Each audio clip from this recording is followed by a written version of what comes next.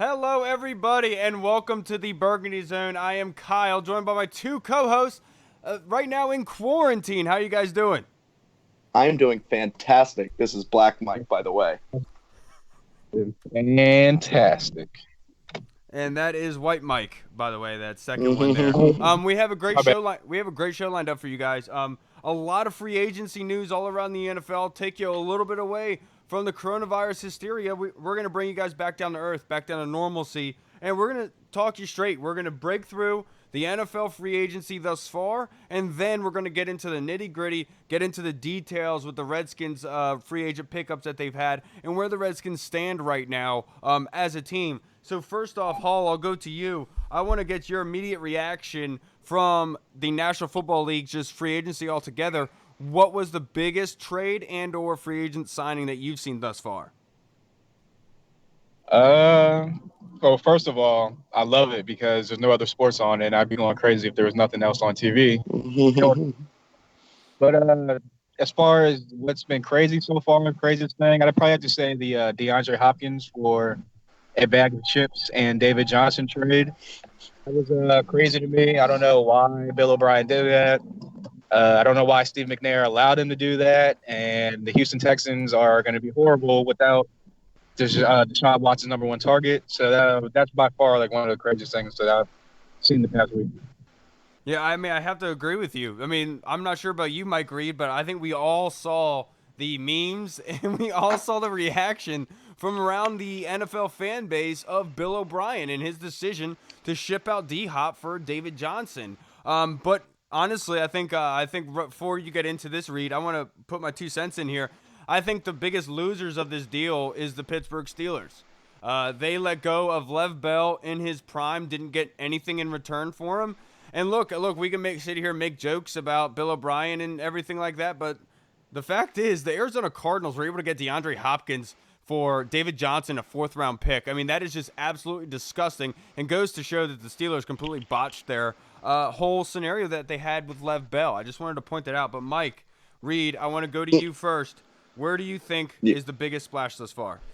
You would somehow turn that into a Steelers thing. I do. I had to because the way they handled that was so dumb, in my opinion. I know you've one of the biggest botches ever. You've been talking about that forever about the Lev Bell situation. Obviously, yeah, the Texans trading DeAndre Hopkins was huge. That was ridiculous. They got nothing for it, and it just goes to show you how inept Bill O'Brien is. We can all agree this is going to be his last year in Houston, right? Like they need to bring in a football mind regardless now. But I'm going to change it up a little bit. Like it's crazy.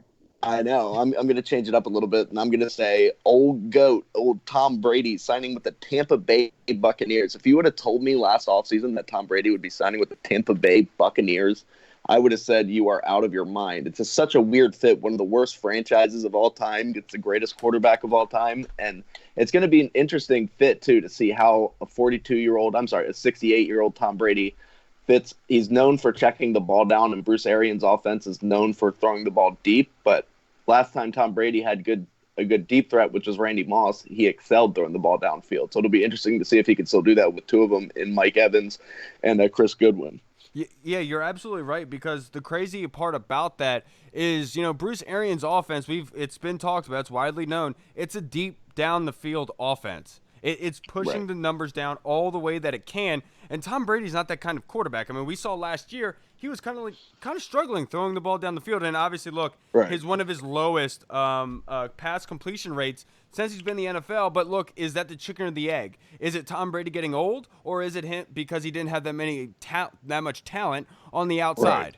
And that's another chicken or the egg, but I guess we're going to see this year. I still think it wasn't a good idea by Tom Brady. I don't think it was smart to do by him. And make no mistake that the Drew Brees re-signed with the Saints immediately after they heard that news. The Falcons go out and they go get Dante Fowler. They have gotten better. They let go of Devontae Freeman. I think this is going to be a very good division. And obviously with Teddy Bridgewater going to Carolina with Christian McCaffrey, we don't know how that scenario is going to go. And let's say I understand there's 2 more playoff teams, but even if you get past the NFC South, you then now have to go through the 49ers, the Seahawks, the Packers, the Vikings, some really good teams. Where in the AFC, there's only two big juggernauts right now, and that is Kansas City and Baltimore. And I didn't Right. really make sense for me for him to go to Tampa Bay, in my opinion.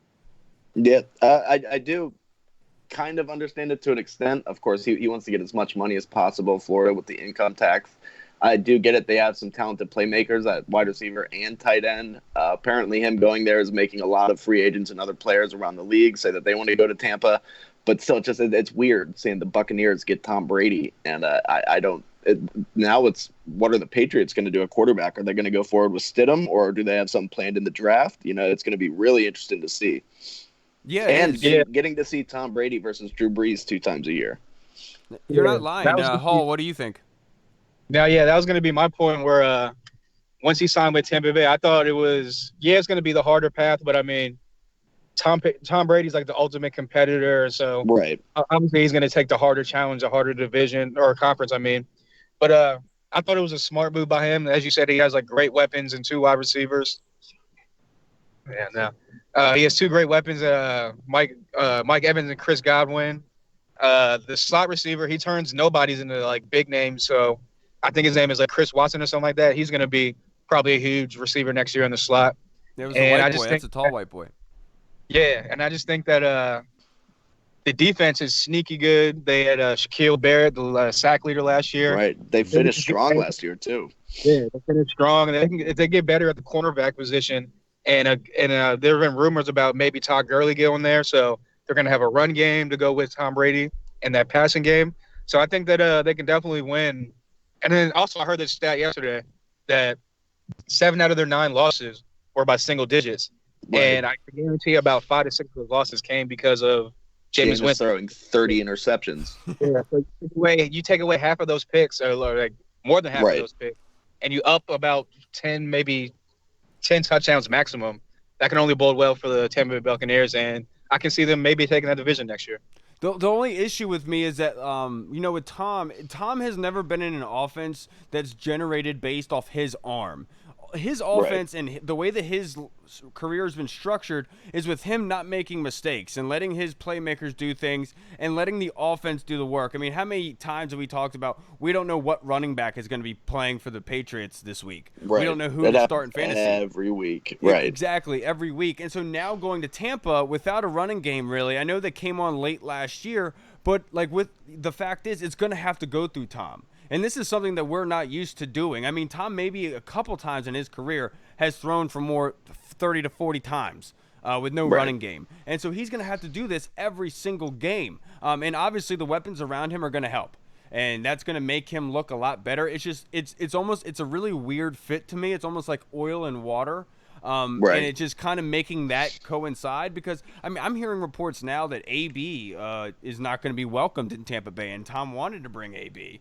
So now there's already a negative connotation going in between the Tampa Bay Bucks and Brady, and it doesn't seem like the greatest fit to me personally. But look, it's going to probably work out because it's Tom Brady, and Bruce Arians is a Virginia Tech alum. He played there. He's going to get it done. I know players like playing for him. It's just the weird part about it. It just feels weird seeing Brady in that ugly uniform. It really does. Hey, I feel you. It does. It is kind of weird, and you're right. It's going to go either two ways. They're either going to be really good or they're going to be really bad. So we'll see which one happens. Yeah, right. They're not going to be a middle of the road team. Not with Brady back there. But it is, to your point. It's the only time Brady's ever been a downfield thrower like that has been when he had Randy Moss, and that was in the prime of his career. I mean, he's nowhere near there right now. So it's going to be, even when they won the Super Bowl last, his defense picked up his slack. So it's going to be real interesting to see. And now we're almost finally going to get to see whether it was Belichick or Brady who made that team run. Who knows? Maybe what if the Patriots, depending on who they get, what if they just roll with Jarrett Stidham and still finish 11-5 like they do with Matt Castle? That's exactly my point. What did you say, Hall? Now, I was going to say, I think that Bruce Arians will be able to adapt his offense to what Tom Brady's strengths and all that. And you got to think that Mike Evans and Chris Godwin great after the ball catch. So, he can still do the short passing game, mix them with a couple mid-range and downfield throws here and there. But I just think that with those two big, tall weapons Even if you got to throw like 50-50 balls, those guys can go up and get it. So Right. Yeah, And this is his best tight end. I'm sorry, Kyle. no, sorry, One thing Reed, real keep quick. going. This is his, let's be real. This is his, assuming that they both stay, assuming that both of them are on the roster next year. This is his best tight end tandem since Gronk and Aaron Hernandez with Cameron Brate and OJ Howard. So Hopefully it doesn't end up the same way. I gotta hopefully stop. OJ Howard is not Aaron Hernandez. I gotta Because let's be stop. real. Let's be real. I gotta Brate's white, stop. Gronk's white. It's not going to be. Um, but let's get into closer to the NFC East here. A lot of the teams have made big moves. One being the Philadelphia Eagles. They shipped out the 85th and 166th overall picks to the Lions for going to get Darius Slay. Hull, I want to go to you first. I know Slay is a guy that you really pay attention to a lot. right. Yeah, no, he's a great cornerback. I'd probably put him in the top 5 to 6 in the league. He's definitely a top tier guy. It's a good move by the Eagles. They really lacked a cornerback last year. I know they had a lot of injuries, but even before the injuries, they were kind of still lacking. So now they have the number one to go against them. I just can't wait to see Terry McLaurin burn him 2 times a year because Darius Slay was quoted as saying that Terry McLaurin was one of the 2 hardest receivers that he covered last year, him and Keenan Allen. And so he's going to have to cover that 2 times a year this year. But on the Eagles end, it's a great pickup and definitely bolstered their defense a lot. You're absolutely right. I mean, and they lost Malcolm Jenkins, an already bad secondary just got worse. They had to make a move, and Slay to the Eagles just made the most sense. Reed, what was your input on that?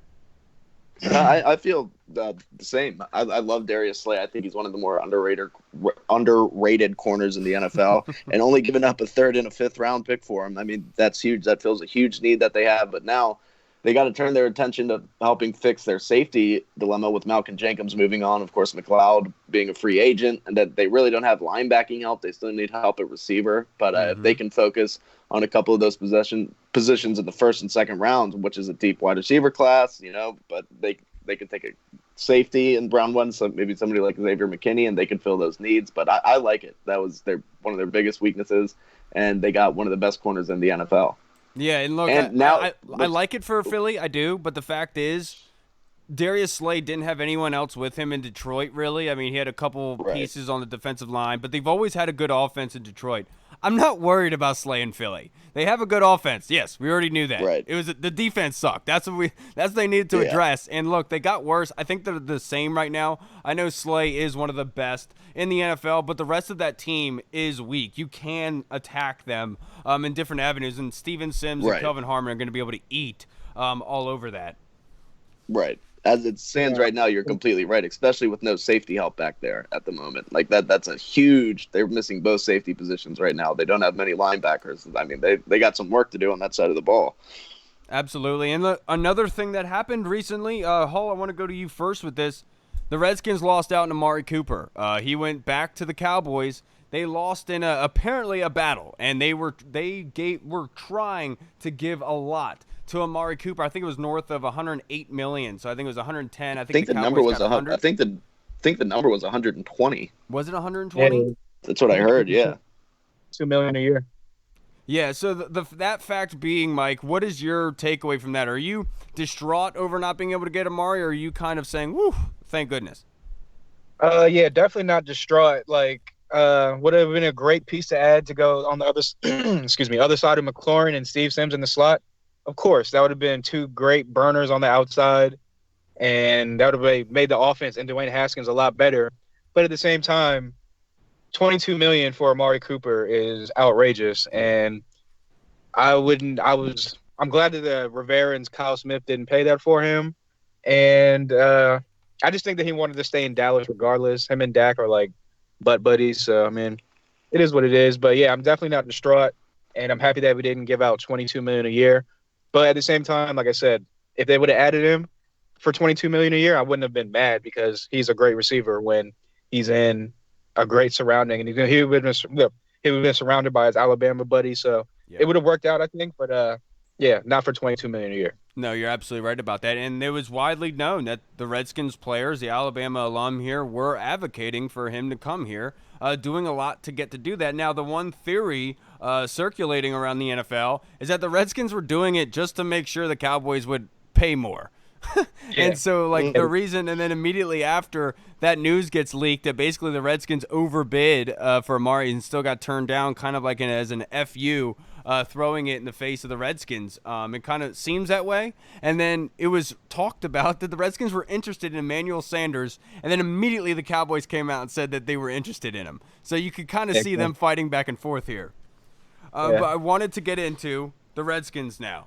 The most important team, that all that matters. I think the one team that's making very, very smart free agent moves. And the first one I want to talk about is my buddy Logan Thomas, former quarterback from Virginia Tech. He's 6'6", 260, came out of league. Virginia Tech is terrible at grooming quarterbacks. So when he came to the league, he couldn't play quarterback. They transitioned him to tight end. He's been floating around the league, not getting very good. He's coming to a tight end needy team, and this is a low-risk, high-reward kind of situation for the Redskins. They're in a situation where he can either blossom and be a starter, or he can just be a nobody. What do you guys think? Do you guys like that signing at all?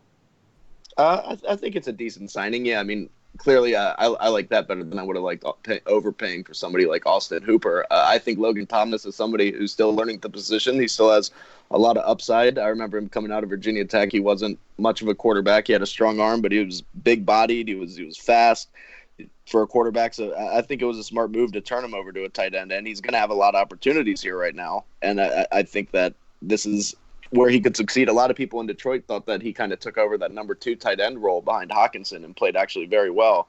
So he's somebody who he can learn. Our tight end coach is a very well-respected coach in the NFL, and if anybody can get it out of him, I hope that it's him. I don't expect him to come in and start, but I do expect him to come in and contribute a little bit. Yeah. What about you, Hall? What do you think there? Yeah, I'm kind of on the same kind of wave as you guys. It's like one of those signings that didn't really move the needle for me, but he's a guy that hasn't had over 20 catches in his career. And so, I mean, he could definitely, like you said, learning the role, learning the position. So I definitely think, like you said, he'll come in and contribute.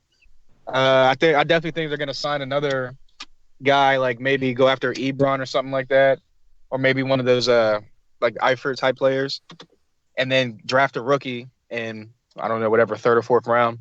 But I definitely could see him contributing maybe on like the red zone, maybe in the run game if he's going to get a blocking under his belt.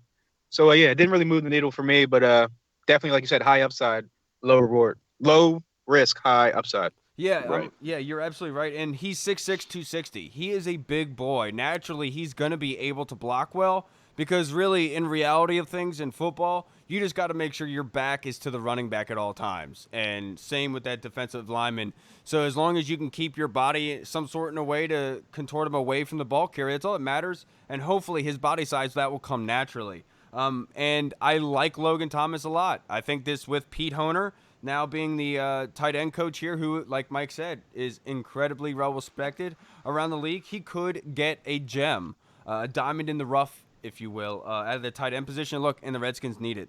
Why wouldn't we like it? And speaking of bottom of the barrel kind of players that nobody's really talking about, the Redskins also signed J.D. McKissick today.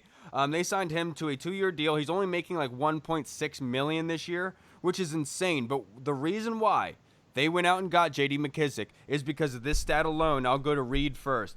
34 receptions on 42 targets in 2019. That is a ridiculous stat for a running back, and that's exactly the replacement for Chris Thompson. It's sorry to see him go, but I really love this J.D. McKissick pickup.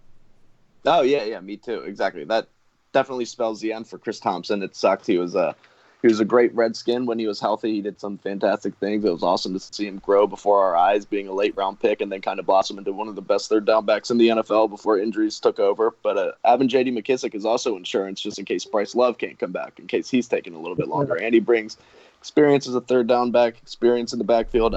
He's played on winning teams in Seattle. He was with Detroit last year. I really like it. I like that move a lot. And what about you, Hall? This man Dan is playing with me. I was like, this man Dan just said in the group chat that Julio just got traded to the Eagles for Ertz and Aguilar. I was like, what? He was like, nah, I'm just kidding. I was like, Dude, I would no. I hate teams giving the Eagles way too many gifts. It's no, That's what I'm not saying. anymore. Like, I was like, dog, who the hell is Howie Rosen be sucking off, dog? Like, what the hell's going on? All But right, but now, what do yeah, you? Well, How do you like McKissick? yeah. As far as McKissick, like you guys said before, that stat about the catches and like his catch receptions last year is ridiculous, and I think it's a great pickup. Only paying him, like you said, 1 point something million, so that's low risk and probably going to be high reward. And if Bryce Love gets injured again or doesn't really pan out or has a slow start, he'll be a great third down back and probably play some special teams. So again, like I said, a great free agent pickup. And look, right. You guys. Oops. sorry, Oh, I'm Reed. sorry. Go ahead, Go ahead, Kyle, because I'll change subjects after this. No, because I was about to change it up. Okay. Well, real quick. So you saw that tackle that we just signed, right? Cornelius Lucas from the Bears. Yeah. Swing tackle. Actually, surprisingly, according to Pro Football Focus, he started the last 5 games of the season last year for Chicago. He actually graded out pretty well. He's somebody that maybe with the right coaching or something could be decent. Overall, he was 16th among tackles, 21st in pass blocking, and 21st in run blocking. So that could be our new swing tackle. You never know what's going to happen with him. Clearly, we still need a tackle, but a lot of people laughed at that signing. But actually, he played pretty well. Yeah, and you're actually kind of seeing a common denominator here with the Redskins free agency thus far, because they also went and got Kevin Pierre-Louis, a linebacker Right. from Chicago, who in 4 games as a starter last season in relief of Roquan Smith, he started 4 games, had 28 tackles and 1 pick. A really good Right. showing for 4 games coming out of nowhere, and it kind of shows you that the Redskins are doing their due diligence with film. They're going in, Right. their scouts are looking at these guys are coming available because this is a great signing for the Redskins. This is another diamond in the rough kind of person, and I kind of like the way that they're addressing free agency. It's almost like they're going with educated guesses, and they're throwing a bunch of them at the wall and hoping one of them sticks. And honestly, that is the best recipe for success when you're talking about the Redskins' inability to fill these spots thus far. Right. Especially, Right. it's been tough because I think a lot of Redskins fans were so excited for free agency because we had so many holes and we had all this cap room. But so far, as underwhelming as it's been to some people, it's been a pretty solid free agency if you look at it. I mean, getting Fuller back was huge. I think signing Thomas Davis was one of the most underrated signings in the league so far with what he's going to bring to the clubhouse and into that locker room and familiarity with Ron's system and a need at linebacker. So it's going to be interesting to see what happens from here on out. No, yeah, I agree. And I was listening to the Junkies the other day, and they had John Keim on there, and he said if you look at Ron Rivera's track history as far as free agency, he's never really a first wave like big splash kind of guy. Right. He's a Right. second wave and underlying kind of like you said gym players, and then he gets those second wave players that end up producing and becoming should have been first wave players type thing. So I definitely agree with everything he's doing right now. And lo and behold, we had the second pick, and we're gonna get probably draft Chase Young. And I love building through the draft of like keeping young players, Right. keeping the core players. So I love everything that's going on right now. Yeah, exactly. It really spells, because I had to put this out on Twitter this morning, because Redskins fans were flipping out, saying, this is like a Bruce Allen free agency, the same old kind of thing. And it's, wait a second here, guys. I mean, this is a good thing. The fact that he's not going out and saying, oh, I can't win with these guys. Let's go spend a bunch of free agency. Let's replace all these guys because all of them suck. Kind of like what the Detroit Right. Lions are doing right now. Instead of that, Ron Rivera is saying, okay, let's get bargain bin guys because we can make them better. We can make them work within our system. Let's get some good coaches in here, and these players are gonna elevate their play and play well under us. We don't need to go pay for the elevated play that we think that we're paying for. So I love the way this is going out because they believe in the young nucleus. They have a glue on each side of the football, and I think they're excited about it. And better yet, they are letting the scouts do their job. They're not going and making these crazy free agent splashes to try to fix holes. They're saying, scouts, find out what you can from us. Let us know, and we'll fill these spots. And that's the way I'm reading the situation. I also love the fact that in the previous regime they would have just thrown a bunch of money and outbid everybody and just overpaid for everybody. I love that they are just like being smart with the money. They're not going and overpaying and spending a bunch of money that's not really needed. And at the end of the day, if we don't spend a lot of money in free agency, it's just going to roll over to next year anyway, and we can make splashes next year. Right, and that's the one thing that I know Amari Cooper's talented, but that's one of the reasons that I'm happy that he didn't accept Exactly. that contract. It just would have been a lot of money to a player who's good, but he's not great. He's not elite, in my opinion. And him turning that down, I think, was a good thing. I know a lot of Redskins fans obviously were pissed about it and are like, well, what does that tell you about our team that somebody turned down that much more money? And it's like, I think it tells us that we're a young team that nobody really knows about yet because people want to win now, so he wants to go to the sure thing that he's played on for the last 2 years. I don't think it necessarily had anything to do with Dan Snyder or not wanting to come here because of the culture. I think it was ended up being a blessing in disguise. But that does tell you a lot about how Ron Rivera thinks about the wide receiver position. Yeah, Yeah. and also, I mean, it doesn't say anything about the Redskins team. I'll say that in particular. It has to do with a certain position that is affected by Amari Right, Cooper. That was right. probably had something to do with it That had a lot to do with it. because let's not sit here and lie and act like the Redskins haven't all season been throwing out feelers about Dwayne Haskins. I mean, every Right, single quarterback has been linked to the Redskins at some point this right. offseason, and that's not just by coincidence. Yeah, Right. that I completely agree. Speaking of quarterbacks, what do you guys think is going to happen with Cam Newton?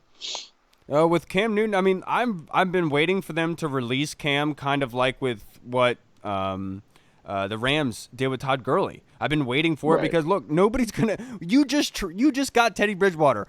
Everyone knows you're not going to keep Cam on your roster. They're not going to trade right. anything for him. So they're going to end up releasing him at some point unless they can convince stupid-ass Chicago to trade them something. But the one team I think that could be the feeler in here is the same one I'll say that I did with Tom Brady, and that's Vegas. John Gruden loves mobile quarterbacks. He loves big quarterbacks, and Cam Newton would be perfect fit for Vegas and what John is trying to do out there. But that's if I thought Tampa was going to be his move if he was released. Obviously, that's not going to be the way now. But if I see it, I think it's going to be Raiders. What about you, Hall? I actually think that once he gets released, they're gonna, pending his health, how healthy he is, I think they're gonna bring him in for, I guess the probably a low 1 year prove it kind of thing, and I think they're gonna let him battle it out with Dwayne Haskins, and You think he's coming if, here? yeah, and I Oh, think that if he's 100% healthy, if he's 100% healthy, right. if there's still questions about his health, I don't think he's coming here, but I'm going based off of if he's 100% healthy. I think he's going to come here. I think Ron Rivera is going to let him battle it out with Dwayne Haskins. And honestly, obviously, with like the offseason being in question, he's already going to know the system. I think he would end up beating him out, and Dwayne would sit this year and learn under Cam for 1 year, and then Cam can make his move next year, and Dwayne can step in. But yeah, that's just my crazy theory. I, I think he's gonna if he goes anywhere because he probably will get released. I think you're right about that. I think if he ends up going anywhere, I know that they're saying otherwise right now, but I think that he would end up going out to the team that lost out on Tom Brady, the Los Angeles Chargers, for some of the same reasons why Tom Brady could have went to the Chargers. One, they need a star. I know Cam isn't what he once was, but he still is a big name, and LA needs to sell tickets. They have a need at quarterback. He's familiar with Anthony Lynn, and he could go out there. He would be a good fit. Him and Tyrod, you can kind of let them battle it out. And if Cam wins on a 1 year prove it deal and puts up some decent numbers, you can re-sign him. If not, then that's it. Goodbye. Draft a quarterback next year and be on your way. Yeah, and the one dark horse here, I think that nobody can forget about is New England. I think you just brought that up. That would be a great fit for Cam Newton. But one theory I love to imagine sometimes to give myself a good laugh during the day is if Bill Belichick just went full BDE, and just traded for Blake Bortles, and then went out and beat out Brady to Won a get farther Super in the Bowl, playoffs. right? Yeah. Went out there just to prove he could win with anybody. He went out and got Blake and just did it himself. That would That's be the whole sweepstakes right now for the quarterback position is all up in the air. Nobody knows what's happening. Flacco's getting released after a huge contract he just signed Now, with Denver. real quick, if we could get him for cheap, he'd be somebody that I would be okay with coming in and mentoring Haskins. Joe Flacco. He's a Super Bowl winning quarterback. I know he's not the best, but in terms of what's out there on the market right now, I think that he would be somebody who would be good to come in here and teach Haskins a few things. Yeah, you're absolutely right about that. I do like that a lot. Hall, For the right price. Who is somebody right now, if you could, besides Cam, to come in behind Dwayne, who would it be? To learn from. to learn from. Probably like a Matt Moore type. Oh damn. Matt Right. Moore. Matt Moore's a good Matt. backup quarterback. Yeah, Yeah, but I want him to he's a teach good back. Dwayne. Well, hey, Yeah, he can. it's weird. He knows the system. He was with Carolina he as was a in backup. Carolina with him. I can tell you right now, the only thing Matt Moore is going to teach Dwayne is to make sure he's on the field for the kneel. but see, surprisingly, you know who's like a good quarterback tutor who's never really been a good quarterback is Luke McCown. Yeah. He's out there. He's older, but he's always brought in when teams draft young quarterbacks to kind of help ease them along. He saw it with the Jets, saw it with a few teams. So I could see somebody like that, Derek Moore, coming in here. Honestly, I think the one name that we're all forgetting about that the Redskins just want to continue to pummel in our face through the media is Alex Smith.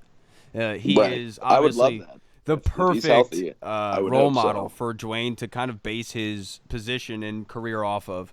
Just take and care they already of the have football. a relationship, right? And they already have a good relationship. Yeah, there's nothing wrong. You could go there. I love that idea. And obviously, we just still don't know what's going on with Alex Smith. We don't know what's going on with Alex Smith, just like we don't know what's going on with coronavirus. We have no idea what's going to happen. Right. But so true. The biggest thing before we leave here today, I just want to go over where you guys want the Redskins to go from here on out. Do you want them to pursue another big free agent target, or do you want them to kind of trade for a guy, or do you want them to continue on this path, go bottom of the barrel, and then let the draft process come? Hall, I'll go to you first. What do you want the Redskins to do? I still want them to address the tight end position, and I know there's Eric Ebron's like the top guy on the list right now. I'm hoping that he's not going to try to command a lot of money, maybe like $8 to $10 million, somewhere in that range. But definitely tight end. I'd like to see them address that if possible. What about you, Reed? There's still a few things I would like them to do. Obviously, like Hall said, I'd like them to sign a tight end, a veteran, as well as draft one. I think that they need to sign a backup quarterback if Alex Smith isn't ready to return, which all indications so far are that he's not, just because they're not saying shit about him. I would still, despite the signing of Sean Davis, I would still like to see us go after somebody like Demarius Randall. Yes. I think that Sean Davis would be perfect used in not as a starter, but as somebody who can come in certain situations, being a former cornerback and being as athletic as he is. And we still got to figure out what's going on with Trent. I would love to get rid of him if he's not going to be here. And if he's going to be here, then we need to hurry up and get him re-signed, or he needs to hurry up and make that announcement so we know what's going on with the tackle situation. Yeah, you just stole that from me because that's where I was going. First off, what the hell is going on with Trent? We had to find out what's going on with this situation. Is he gone or is he not? Then Dunbar deleting all of his Redskins paraphernalia off of his Twitter account, Instagram. We don't know what's going on with those two. They're the two leftovers from the previous administration that for some reason just don't. Obviously, Dunbar wants a contract. The Redskins aren't ready to give him one. They don't want to marry him at all. And he hasn't been there with open arms to Ron Rivera, so there's no reason for them to really keep him around. Let's find out what's going on with those guys. That's what I want. And the biggest reason for is I want Trent to speak. Just speak your opinion, dude. Like, just tell us what the hell is going on. I don't even care if it's like a cryptic Instagram post. Just do something. Let us know something, because this whole time it's just been speculation, just surrounding by a speculation, and it's ridiculous because nobody knows the fuck is going on. And at some point, we're going to have to know, are you not going to show up again this year, dude? Like, because we want to get rid of you. And what's going to end up happening is he's going to end up back in the burgundy and gold. And this just seems like one huge hissy fit for more money that's not going to happen. Right. I hope it is. Money left over from free agency, so I can just see them being like, look, this is your last year on the contract. Here's a couple $1 million more guaranteed on your contract. Play this last year and go somewhere else next year. Right. And that makes a lot more sense. It makes a lot more sense to do that than what the path is now, where we're just going about like blind people walking down the street with no street signs, just going in on incoming traffic. Nobody knows what's happening. It's kind of ridiculous. But the one thing I did want to talk about is the reason I think the reason why the Redskins aren't doing any major deals right now is also because they're going to have to re-sign the defensive line soon. They've already done Matt Ioannidis. They're going to have to pay Jonathan Allen very soon. They're going to have to pay Daron Payne in probably the next 1 or 2 years. And then we can't forget about Terry McLaurin, because the more Terry McLaurin produces, the more money he's going to cost. And they better it might even happen after next season, the way that he's performing, because his cap number, by the time when he's on his 4th-year contract, he might be a very hefty price number. And I would like to see them get those guys done now before something goes wrong, like Trent. Yeah, 100% agree. Yeah, All right, you guys. can never get contracts done too early. But I'm not sure. Did we miss anything Redskins related? I don't think we did. No, not really. Did we Talked about the free agents. There's not. Did we talk about the other Wes? The West Schweitzer? Yeah, Northwest no, we did not. and then Southwest. No, yeah, we did not talk about him. But that's another signing, and somebody who can come in and either push Wes Martin or, make it better, be a backup guard, interior offensive lineman. Obviously, he's not the biggest name, but it is what it is. I think that they're excited about Wes Martin, so I think that bringing in some competition from a decent team who has some starting experience was a good thing. And you didn't pay an arm and a leg for him like the Dolphins did for Eric Flowers. Right, and you're absolutely right about that. It sucks to see Eric go, but that price tag was absolutely ridiculous for a guy in his first year. And we kind of predicted that was going to happen, but originally it wasn't really our fault when we got it wrong because we thought that he was coming back. Like, we thought that he was tagged, and so he was coming back. We didn't know that he was about to be an unrestricted free agent. We had no idea, and obviously that's our due diligence. We got to do a better job at that, but that took us by surprise. Because I thought that was going to be one of the first things Ron Rivera came in and he did is made sure the offensive line was sealed up. And obviously that turned around real quickly. But the number one thing, secondary, Kendall Fuller, Sean Davis, absolutely love these moves. Great moves by the Redskins, bringing veteran leadership and playmakers to both of those spots. I absolutely love those signings. Yeah, I love the Sean Davis move. Let him and Monte Nicholson battle it out to see who's the starter. And even if they bring someone else in, let all three of them battle it out. And, yeah, like I said, Kendall Fuller played great for us when he was here last time, and I see him doing big things this upcoming year. Yeah, he was used a lot out of position with the Chiefs. He was the best corner that they had, obviously. So they put him on the outside. They put him at free safety. They put him in the slot as a nickelback. And I think that's where you're primarily going to see him with us is return to a full-time nickel role where he excelled when he was with us last year. Now, the one thing I did hear about Kendall, though, is that he was playing safety a little bit for the Kansas City Chiefs. And he was. He just didn't play it good. From what I'm hearing, though, is that they love the versatility of these players. And so what I'm guessing is that they're going to be doing is they're going to be moving Kendall Fuller, that nickel spot. It was a spot that they used at Virginia Tech called the Roger position or Rome hybrid position, where it's you're playing corner but also safety. You're playing that kind of left field, if you would imagine, left or right field of the like Tyrann Mathieu. Exactly. Right. And so I could see them using him in that capacity, and that would make a lot of sense. And I love bringing him back here because, look, dude, he's a playmaker. The fact that when he went to the Chiefs, they were the worst defense in the league. I'm not sure if anyone remembers 2 or 3 years ago. They had the worst in the league in pass by far. Mm-hmm. They fired the D coordinator. They go trade for Kendall Fuller. They signed Tyrann Mathieu last season, and all of a sudden they go win a Super Bowl. Kendall Fuller is a difference maker, and bringing him to this defense that was kind of bad last year is going to help out the linebackers a lot in this 4-3 defense where they're going to have to cover a bunch of ground. Yeah. Yeah, I completely agree. Sorry, I didn't really help you guys out with that one. I was just kind of like pooping out my thought and then walking away. But that's what you do, Kyle. Anything else that you guys popping off the top of your head that you guys want to discuss or that popped out to you? That's it. Yeah, we kind of pretty much covered all bases. Yeah, there wasn't much else really to talk about in the Redskins free agency. Really, anything else really going on except for the Todd Gurley. I mean, predicting where he might land. I don't know. That's going to be interesting to see. I know Miami was talking about trading for him. Miami's already overpaying everybody and getting a lot of people. So they have a real need at running back after. Technically, their returning rusher from last year was Ryan Fitzpatrick, so they got to do something there at the running back position. And a quick yes or no question before we end this right now. With the acquisition of Phillip Rivers, are the Colts the best team in the AFC South? Yes. Ooh. I would say so, yeah. I think the Texans got worse by trading DeAndre Hopkins for nothing. There's Hall. Hall's realizing right now. There it is. What's up, Hall? I forgot. I forgot the Titans were in that division. Yeah, I Oh, give it to the yeah, Titans. yeah. My bad. I'm sorry. I completely I was forgot waiting about for the it. Titans. They're just one of those teams you always forget about. Yeah. I will say this: if Phillip Rivers goes back to what he was 2 years ago and not last year, I do Right. think that the Colts are right up there as one of those top tier AFC contenders for the AFC Championship game or Super Bowl. Yeah. Right. And Sorry, Reed, yeah, what were you saying? the Colts.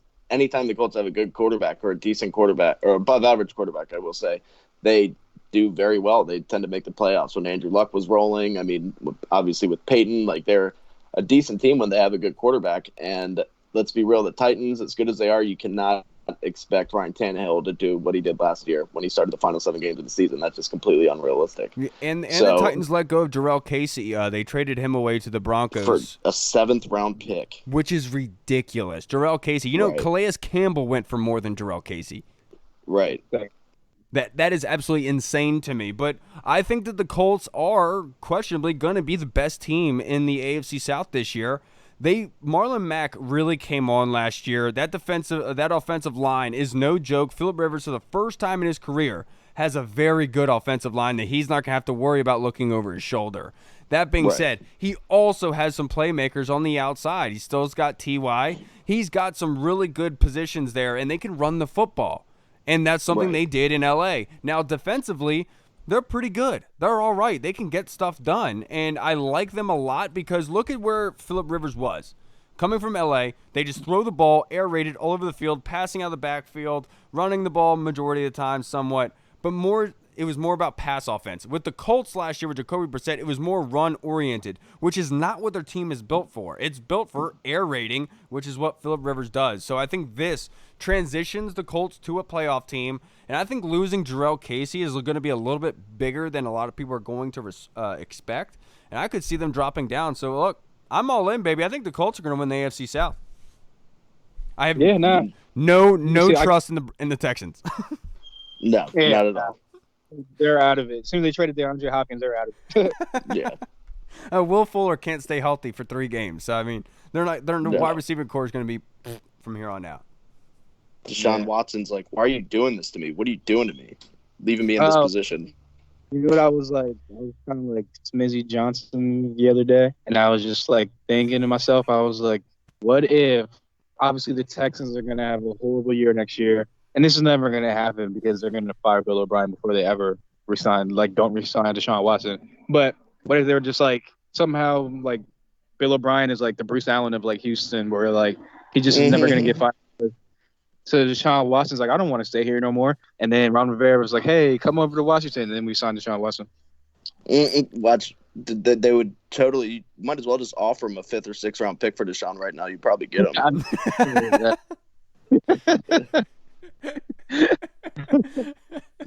You're not lying at this point. I think somebody said Bill O'Brien is drunk. Somebody wrote back, they're like, no, dude, he's smoking crack. Yeah. and they're not wrong about that. I think we would all be salivating for Deshaun Watson to come back here. And look, he played at Clemson on the East Coast. Washington is not that far away from South Carolina when you think about it. Yeah. All right, everybody. Well, thank you so much for tuning in to the Burgundy Zone today. With all the craziness going around in the world with coronavirus, thanks to the Chinese, I want to thank you guys for tuning in, letting us distract you guys for a bit, and to get away from the world, just escape for a little bit. I thank you guys for tuning in. I'm Kyle. I'm Black Mike. And I'm White Mike. Thank you so much for watching the Burgundy Zone. Make sure you like and share our page on Facebook. Thank you so much, everybody. Redskins football. Woo! Woo! I mean, I think that was really good. Yeah, I that was pretty good. I gotta stop doing that because Oh yeah. the stream doesn't stop.